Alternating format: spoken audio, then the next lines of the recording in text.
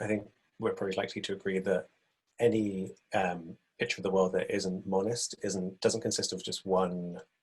I try to not talk about substances, as I said before. I try not to go to ontology, but any explanation that's fractured in some way into two is always going to be inelegant and not the final answer.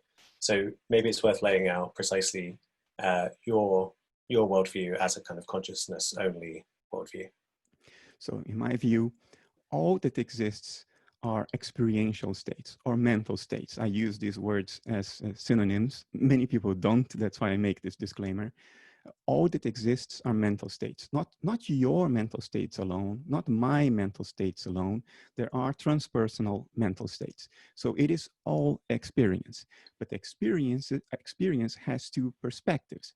There is an intrinsic view to the experience, and there is an extrinsic appearance to the experience. Schopenhauer called it will and representation.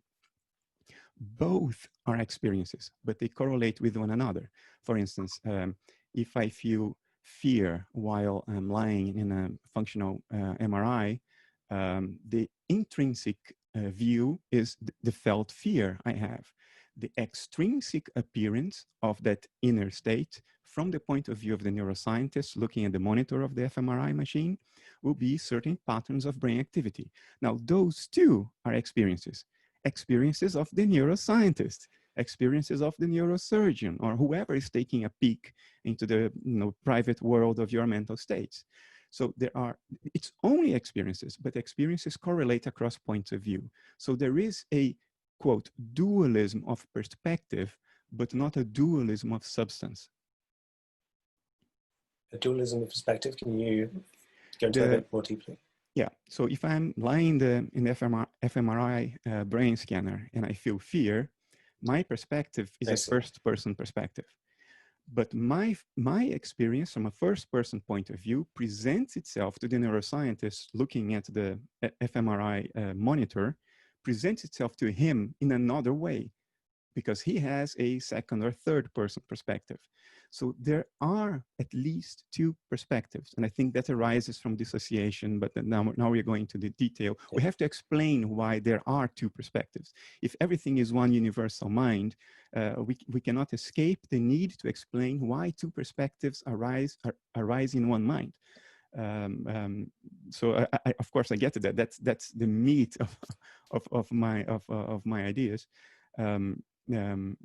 But the fact that there are different perspectives, an inner perspective and an outer perspective, does not entail or imply substance dualism. There are no two substances. There is only one substance. There is only experience, but experience is perspectival. I see. So the dualism is there's the experience of felt states, but there's also the experience of perceiving a world with structure. So which is kind of like saying physics is actually a perceptual act. Physicists who think a little bit more deeply about what physics is, I cite one specific example. André Linde wrote extensively about it. He insists physics is a science of perception. That's what it is. Let us not forget where we came from, how it all started. We start from perceptions, and then we start modeling the behavior of those perceptions. And then it becomes very convenient at some point to imagine that there is some underlying reality outside of us that would give us a way to think about why those perceptions are behaving this or that way, and we create some laws and so forth.